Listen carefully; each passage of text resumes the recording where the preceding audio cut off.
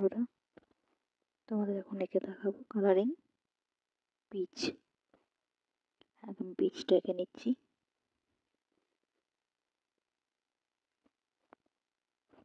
যেহেতু বাচ্চাদের জন্য করছি তাই জন্য আমি বিভিন্ন কালার মিশিয়ে করছি।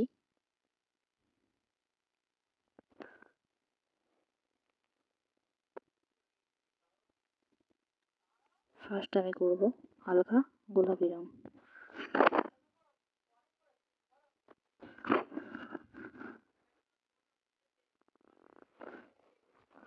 তারপর করব পিচ।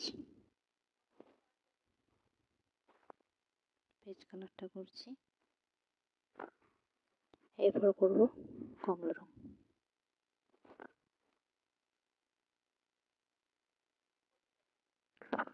পাতাগুলো সবুজ রং করে নেব।